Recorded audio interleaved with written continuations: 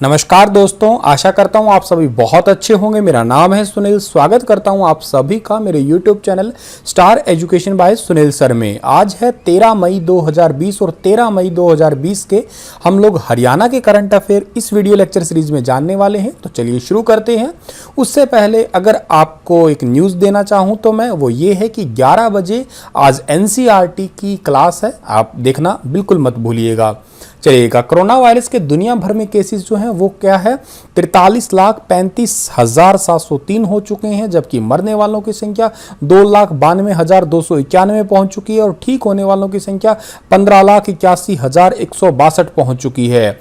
यही केस दुनिया भर में देखे जाए तो पहले नंबर पे अमेरिका है। अमेरिका के अंदर 14 लाख को आंकड़ा क्रॉस कर चुका है और मरने वालों की संख्या जो है वो 83,301 हो चुकी है। 2 नंबर पे स्पेन, 3 नंबर पे रशिया, 4 नंबर पे यूके और 5 नंबर पे इटली है। ये टॉप 5 कंट्रीज है जहां पे सबसे ज़्यादा कोरोना संक्रमित मरीज है। अभी हमारे प्यारे भारत की स्थिति देखी जाए तो 74,292 केस हो चुके हैं और एक दिन के अंदर लगभग 3,500 से भी ज़्यादा केस आए हैं। मरने वालों की संख्या 120 से बढ़ के टोटल 2,415 लोग मर चुके हैं अब तक। 1 नंबर पे महाराष्ट्र है, 2 नंबर पे गुजरात है, 3 नंबर पे तमिलनाडु और 4 नंबर पे दिल्ली है। और हमारे प्यारे हरियाणा के अंदर टोटल 50 नए केस आए हैं और अब 780 केस हो चुके हैं। मरने वालों की संख्या 11 है और गुरुग्राम में सबसे ज़्यादा है, सोनीपत में दूसरे नंबर पे, फिर फरीदाबाद में तीसरे नंबर पे है, एक अंबाला में भी नया आ गया, एक पंचकुला में नया, एक जींद में नया, एक करनाल में नया और बाकी यहाँ पे तो नए केस आए ही हैं। चलिएगा, सबसे पहले आपको ये बताना चाहूँगा, कल 5 क्वेश्चन मैंने आपसे पूछे थे, उन 5 के ये जवाब है। कांच बालू हरियाणा के किस जिले में होता है? गुड़गांव सही आंसर है। भारत के प्रधानमंत्री नरेंद्र मोदी ने बेटी बचाओ बेटी पढ़ाओ योजना शुरू की थी और हरियाणा सरकार ने गरीब लड़कियों के लिए अपनी बेटी अपना धन योजना, और जो ग्लास्को ओलंपिक में कांस्य पदक जीता था उस खिलाड़ी का नाम है पिंकी रानी।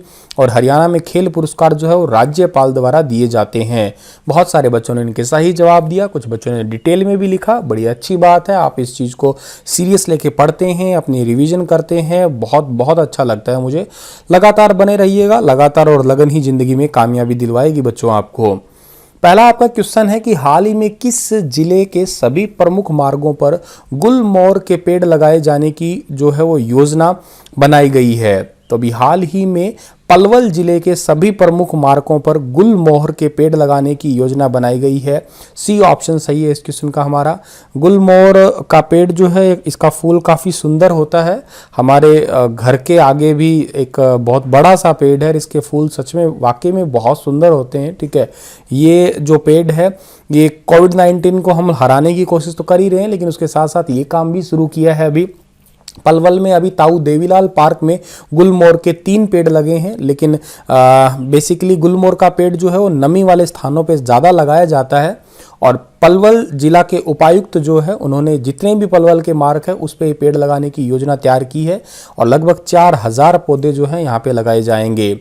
ये दिखने में गुलमोहर की इस तरीके के फूल, ये वाकई ऐसे ही फूल आते हैं, बेहद सुंदर नज़ारा होता है। किसी दिन ऐसे फूल निकलेंगे, अब तो फूल निकले नहीं हुए, निकलेंगे उस दिन मैं इसका फ़ोटो या वीडियो या इसके साथ में एक वीडियो बनाऊंगा, तब आप इसको प्रैक्टिकली देख पाएंगे तो ज़्यादा अच्छा लगेगा। भगवान श्री कृष्ण की प्रतिमा के मुकुट का श्रृंगार जो है वो भी गुलमोहर के फूलों से किया जाता है। तो मेरे कान्हा का श्रृंगार भी गुलमोहर से होता है, इसलिए इसको कृष्णचूड़ के नाम से भी पुकारा जाता है। ये भी याद रख लेना आप लोग। और भारत में नहीं बल्कि पूरी दुनिया में भी, यूरोप महाद्वीप हुआ या नाइजीरिया हुआ या श्रीलंका हुआ या ऑस्ट्रेलिया हुआ या अमेरिका के फ्लोरिडा वगैरह या ब्राज़ील, यहाँ पे भी ये जो है गुलमोहर पाया जाता है। चलिएगा, आगे बढ़ते हैं हम लोग। उससे पहले हमें पलवल के बारे में जानकारी लेनी है। मैप में देखिएगा, ये है पलवल। पलवल की स्थापना 15 अगस्त 2008 को हुई थी। क्षेत्रफल 1357 वर्ग किलोमीटर है। पलवल, होडल, हथीन और पृथला जो है ये इसकी विधानसभा क्षेत्रों में शामिल है। पलवल में शक्कर एवं साइकिल उद्योगों के लिए काफ़ी प्रसिद्ध माना जाता है। वैसे साइकिल उद्योग में अगर नंबर 1 अकेला ही पूछे तो सोनीपत ज़्यादा, एटलस साइकिल उद्योग और पर्टिकुलर सोनीपत जो है वो ज़्यादा जाना जाता है, लेकिन खाली साइकिल ही नाम आया है तो पलवल है ही आंसर।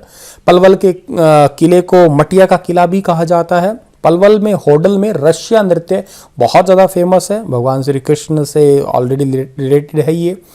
हरियाणा की संस्कृत अकादमी का हेडक्वार्टर जो है वो भी पलवल में ही है। हरियाणा विश्वकर्मा कौशल विश्वविद्यालय जो है दूधौला, ये भी पलवल के अंदर ही पड़ता है। हाल ही में हरियाणा विद्यालय अध्यापक संघ ने क्या शुरू करने की मांग की है? तो अभी हाल ही में हरियाणा विद्यालय अध्यापक संघ ने सरकारी स्कूल और जिला शिक्षा और प्रशिक्षण केंद्र, खंड शिक्षा और प्रशिक्षण केंद्र और ये सारे के सारे जो है वो खोलने की, ओपन करने की बात की है। वैसे तो मैंने आपको कल एक क्वेश्चन पढ़ाया था कि प्राइवेट स्कूलों में जो क्लरिकल डिपार्टमेंट है, प्रशासनिक कार्य है, उनको खोल देने की अनुमति तो मिल गई है, लेकिन फिर भी हरियाणा विद्यालय संघ ने शिक्षा मंत्री कंवरपाल गुर्जर से कहा है कि सरकारी स्कूल, जिला शिक्षा प्रशिक्षण केंद्र और खंड शिक्षा केंद्र न्यूनतम गतिविधियां जो है इनको एक सोशल डिस्टेंसिंग या 50% डिस्टेंसिंग के साथ में ओपन किया जाए तो ठीक रहेगा। यहाँ पे मैं दो नाम ले रहा हूँ, एक तो ले रहा हूँ कि जिला शिक्षा प्रशिक्षण केंद्र, एक का नाम डाइट और दूसरा है खंड शिक्षा प्रशिक्षण केंद्र जिसको हम बाइट कहते हैं। अभी डाइट का मतलब है district institute of education and training, जिसका जो स्थापना हुई थी वो 1990 के अंदर हुई थी, और बाइट जो है वो block institute of teacher education जिसकी स्थापना 2013 के अंदर हुई थी। हाल ही में आईएएस शक्ति सिंह को किस जिले का नोडल अधिकारी नियुक्त किया गया है? तो अभी हाल ही में आईएएस शक्ति सिंह को अंबाला जिले का नोडल अधिकारी नियुक्त किया गया है। सी ऑप्शन जो है इस क्वेश्चन का हमारा वो बिल्कुल ठीक रहेगा। Haryana state cooperative federation of sugar mill limited के प्रबंध निदेशक शक्ति सिंह को जो है अंबाला जिले में नोडल अधिकारी नियुक्त किया गया है, जो कि आपको फोटो में दिखाई दे रहे होंगे। नोडल अधिकारी का बेसिकली काम होता है कोरोना वायरस जो है, बेसिकली जितने भी हेल्थ वर्कर्स होते हैं उन हेल्थ वर्कर के ऊपर निगरानी रखना, और कोरोना वायरस के लिए क्या क्या बचाव कार्य किए जा रहे हैं, किस तरीके से इसको कंट्रोल में लिया जा रहा है, और रिलेटेड जो एप्स वगैरह होती है, रिलेटेड स्कीम्स जो होती है उनको किस तरीके से अप्लाई किया जा रहा है, ये सारा काम होता है। अंबाला की बात की जाए तो अंबाला की जो स्थापना हुई है वो 1 नवंबर 1966 को हुई है। अंबाला जो का क्षेत्रफल है वो 1574 वर्ग किलोमीटर है। अंबाला का विधानसभा क्षेत्र में अंबाला, अंबाला कैंट, मुलाना, नारायणगढ़ का नाम आता है। हरियाणा में सबसे अधिक नगर जो है वो अंबाला के अंदर है। हरियाणा में सबसे व्यस्त रेलवे स्टेशन जो है वो भी अंबाला का है। अंबाला को ट्विन सिटी कहते हैं क्योंकि एक तो अंबाला है, एक अंबाला कैंट है। और हरियाणा में पहला डाकघर 1860 के अंदर जो है वो भी अंबाला के अंदर ही खोला गया था। हाल ही में हरियाणा राज्य में 1ली से 12वीं तक कक्षा में कितने विद्यार्थी पढ़ रहे हैं? अब तक हरियाणा राज्य के अंदर जो है 1ली से लेके 12वीं कक्षा तक टोटल 52 लाख विद्यार्थी जो हैं वो पढ़ रहे हैं। सी ऑप्शन जो है इस क्वेश्चन का हमारा वो बिल्कुल ठीक है। ये आंकड़े थोड़े टाइम के बाद में, न्यू सेशंस के बाद में जो है वो अपडेट भी हो सकते हैं, लेकिन अब तक के आंकड़े हैं ये 52 लाख। हाल ही में मुख्यमंत्री मनोहर लाल ने किस जोन में राज्यों को खुद फैसला लेने की मांग की है? तो रेड, ग्रीन, ऑरेंज इन सभी जोन के अंदर जो है मुख्यमंत्री ने कहा है कि राज्य सरकारें खुद अपना फैसला लें तो ज़्यादा ठीक रहेगा। आप सभी को पता है कि मुख्यमंत्री के साथ, सभी राज्यों के मुख्यमंत्रियों के साथ में प्रधानमंत्री मोदी की अभी हाल ही में एक बैठक हुई थी। उसमें मुख्यमंत्री मनोहर लाल ने कहा है कि केंद्र सरकार में कि जितने भी कंटेनमेंट जोन को छोड़ दिए जाए, जहाँ पे मतलब एक्टिव केसेस सबसे ज़्यादा है, बाकी उसके अलावा ग्रीन और रेड जोन है या बाकी ऑरेंज वगैरह जितने भी जोन हैं उनके अंदर जो है राज्य सरकार अपनी आर्थिक गतिविधियों को चलाने के लिए खुद ही फैसला ले। स्कूल, कॉलेज और जितने भी शैक्षणिक संस्थान हैं उनके अंदर भी 50% सोशल डिस्टेंसिंग के साथ जो है वो भी ओपन होने की मांग की गई है। तो ऐसा माना जा रहा है कि लगभग जुलाई तक जो है हरियाणा के अंदर स्कूल, कॉलेज वगैरह खुल जाएंगे। जो बच्चे मुझसे ऑफलाइन पढ़ते हैं तो उन लोगों के लिए समझ लीजिए एक छोटी सी खुशखबरी है। आप जुलाई में हम और आप दोबारा मिलने वाले हैं, लेकिन इस बार आप मिलेंगे मास्क के साथ में, ठीक है? तुम्हारे चेहरे पे भी मास्क होना चाहिए भाई, जरूरी है। मैं तो खैर रखूंगा ही। हाल ही में रोहतक पीजीआई में कितने स्वास्थ्य कर्मचारियों पर बीसीजी वैक्सीन का ट्रायल किया जा रहा है? तो अभी हाल ही में जो रोहतक पीजीआई है उसके अंदर बेसिकली 13 कर्मचारियों के ऊपर, स्वास्थ्य कर्मचारी हेल्थ वर्कर्स पे बीसीजी वैक्सीन का ट्रायल किया जा रहा है। देखिएगा ये ट्रायल क्यों हो रहा है, मैंने वैसे इस पर पर्टिकुलर एक डिटेल वीडियो बनाया है, लेकिन मैं आपको सिंपल सा एक बात बताता हूँ। दुनिया भर में एक आंकड़ा बनाया गया है, देखा गया है, सर्वे हुआ है कि जिस देश में बीसीजी का इंजेक्शन लगाना अनिवार्य है वहां पे जो है बेसिकली कोरोना वायरस के केसेस काफ़ी कम है देखने को मिले हैं। जैसे एग्जांपल से बात करते हैं, इंडिया के अंदर बीसीजी इंजेक्शन लगाना अनिवार्य है, तो एज कंपेयर टू अमेरिका या यूरोप जैसे देशों के मुकाबले हमारे देश के अंदर केसेस जो उतने रैपिडली इंक्रीज नहीं हो रहे और उतने ज़्यादा केसेस भी नहीं है।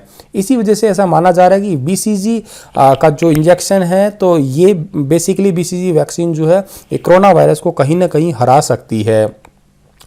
तो आगे बढ़ते हैं, उससे पहले हमें रोहतक का जो ये पंडित बीडी शर्मा जो है यहाँ पे ये ट्रायल हो रहा है, इसकी स्थापना बेसिकली 2008 के अंदर हुई है। रोहतक की बात हुई है तो मैप में देखिएगा ये है रोहतक की स्थापना 1 नवंबर 1966 को हुई है। क्षेत्रफल 1745 वर्ग किलोमीटर है और हरियाणा का पहला समाचार पत्र हरी भूमि जो है 1996 के अंदर रोहतक से ही जो है प्रकाशित हुआ था। रोहतक में ज्वार की फसल सबसे ज्यादा होती है। रोहतक को हरियाणा की राजनीतिक राजधानी भी कहते हैं और रोहतक में कांग्रेस की स्थापना 1887 के अंदर हुई थी। आगे बढ़ते हैं हम लोग, तो हरियाणा के सभी सरकारी स्कूलों में किसके तहत पढ़ाई कराने का निर्णय लिया गया है? तो अभी हाल ही में हरियाणा के सभी सरकारी स्कूलों में अकादमिक कैलेंडर के तहत जो है वो पढ़ाई कराने का निर्णय लिया गया है। सी ऑप्शन सही है इस क्वेश्चन का हमारा। कुछ स्कूलों में जितने भी स्टूडेंट्स हैं उनको 6-6 घंटे की पढ़ाई ऑनलाइन क्लासेस दी जा रही है और ऐसा माना जा रहा है कि ऑनलाइन क्लासेस की वजह से जो बच्चे हैं वो मेंटली थोड़े से प्रेशराइज्ड हो रहे हैं, क्योंकि स्क्रीन से देख के पढ़ना थोड़ा सा मेंटल या दिमाग को डिस्ट्रैक्ट हल्का फुल्का कर ही देता है, क्योंकि दूसरी चीज़ें ऑनलाइन मैसेजिंग वगैरह थोड़ा डिस्ट्रैक्ट तो वैसे भी करते हैं। तो इसी चीज़ को मद्देनजर रखते हुए हरियाणा के सभी सरकारी स्कूलों में विद्यार्थियों को एनसीईआरटी के जितने भी वैकल्पिक अकादमिक कैलेंडर होता है उसके दौरान जो है वो पढ़ाया जाएगा। एनसीईआरटी जो है इसकी स्थापना 1961 के अंदर हुई थी, हेडक्वार्टर न्यू दिल्ली में है और डायरेक्टर जो है वो है हर्षुक और प्रेसिडेंट जो है रमेश पोखरियाल हमारे भारत के अभी शिक्षा मंत्री है। तो ये मानव संसाधन विकास मंत्री और शिक्षा मंत्रालय एक ही बात है।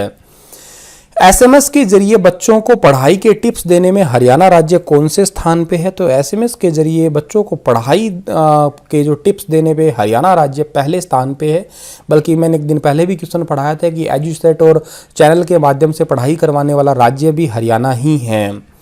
हाल ही में किसने ऑड इवन तरीके से पढ़ाई शुरू करने के लिए कहा है? तो अभी हाल ही में ऑड इवन के तरीके से पढ़ाई शुरू करने के लिए कंवरपाल गुर्जर ने कहा है। ऑड इवन के तरीके से मतलब ये है कि 11वीं और 12वीं क्लास के जितने भी छात्र हैं उनको 30 छात्र हैं तो एक दिन 15 और दूसरे दिन फिर 15 को बुलाया जाए। तो मतलब एक रोल नंबर से 15 बुला लिया, फिर आगे 16 से लेके 30 को बुला लिया और उन्हीं को सेम सिलेबस जो है पढ़ा दिया जाए। इसे सोशल डिस्टेंसिंग जो है वो मेंटेन हो सकती है। यही 50% रूल है, ठीक है। खैर चलो अच्छी बात है। अगला सवाल है हमारा, ये हरियाणा के शिक्षा मंत्री है कंवरपाल गुर्जर। में इस साल शहद उत्पादन कितने फीसदी कम होने का अनुमान है? तो अभी हाल ही में हरियाणा के अंदर शहद उत्पादन जो है वो 50% कम होने का आशंका जताई गई है। बी ऑप्शन जो है इस क्वेश्चन का हमारा वो बिल्कुल ठीक रहेगा। उसका मेन रीजन तो यही है कि लॉकडाउन, क्योंकि लॉकडाउन के चलते हुए जितने भी मधुमक्खी पालक हैं वो एक जगह से दूसरी जगह पे नहीं जा पाए।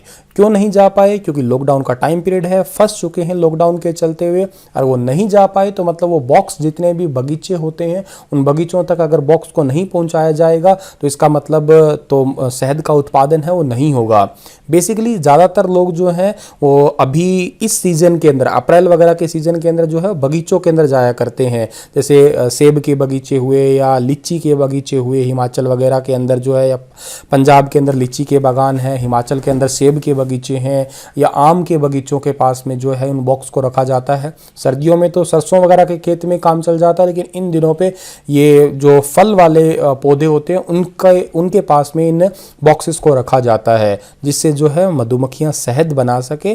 तो बेसिकली अप्रैल के स्टार्टिंग में या जो आपका मार्च था वहां तक लगभग 10-12% जो है बॉक्स पहुंचा दिए गए थे, लेकिन फिर आगे लॉकडाउन जारी रहा तो करके ये प्रक्रिया आगे नहीं बढ़ पाई और इस वजह से ये 50% शहद उत्पादन कम होने की आशंका जताई जा रही है। हरियाणा के अंदर 80,000 क्विंटल शहद उत्पादन होता है सालाना और 40,000 क्विंटल तक जो है इसमें लगभग इस बार रह जाएगा ये इस लॉकडाउन के चलते ही। चलेगा। 5 क्वेश्चन आप लोगों के लिए है। पहला है कि जनसंख्या की दृष्टि से भारत में हरियाणा का जो है वो कौन सा स्थान है? 15, 16, 17, 18। और अप्रैल 1919 के दिन गांधी जी हरियाणा के कहां से गिरफ्तार हुए थे? कैथल, अंबाला, गुहला और पलवल।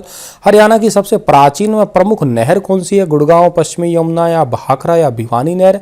और चौथा क्वेश्चन है, हरियाणा में भिवानी नहर किस नहर से निकाली गई है? भाखड़ा नहर, पूर्वी यमुना नहर, पश्चिमी यमुना नहर और गुड़गांव नहर से।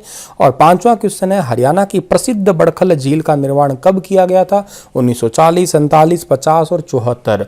ये थे आज के करंट अफेयर। कैसा लगा आपको ये सेशन? अगर पसंद आया है तो आप अपने दोस्तों तक शेयर भी कीजिएगा, लाइक भी कीजिएगा और दिन में 11 बजे सही एनसीईआरटी का सेशन देखना बिल्कुल मत भूलिएगा। आप लोगों का दिन मंगलमय हो। इसी के साथ में अलविदा।